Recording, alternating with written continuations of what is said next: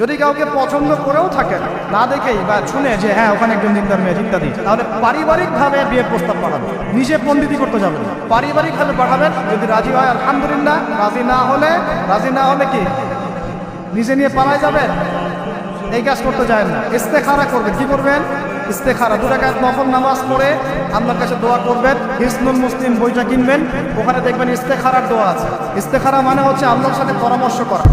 যুবকদেরকে আমরা বলতে চাই যে যদি আপনি জেনা থেকে দূরে থাকতে পারেন, যদি শুধু জেনা থেকে দূরে থাকতে পারেন, আল্লাহ পাক আপনার যে কোনো দোয়া কবুল করবে ইনশাআল্লাহ।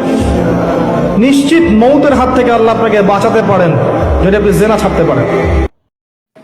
Thanks for watching our video.